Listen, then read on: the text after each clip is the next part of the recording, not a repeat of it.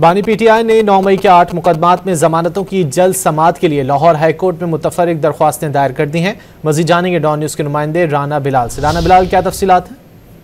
जी देखिए, बानी पीटीआई ने 9 मई के 8 मुकदमात में दरखास्त जमानतों की जल्द समाअत के लिए लाहौर हाईकोर्ट से दोबारा रुजू कर लिया है और अपने वकील बैरिस्टर सलमान सफदर की वसातत से मुतफर्रिक दरखास्तें हाईकोर्ट में दायर कर दी हैं, जिसमें उनका ये मौक़िफ़ है कि उन्हें सियासी इंतकाम के लिए साजिश का इल्जाम लगाकर मुकदमात में नामजद किया गया।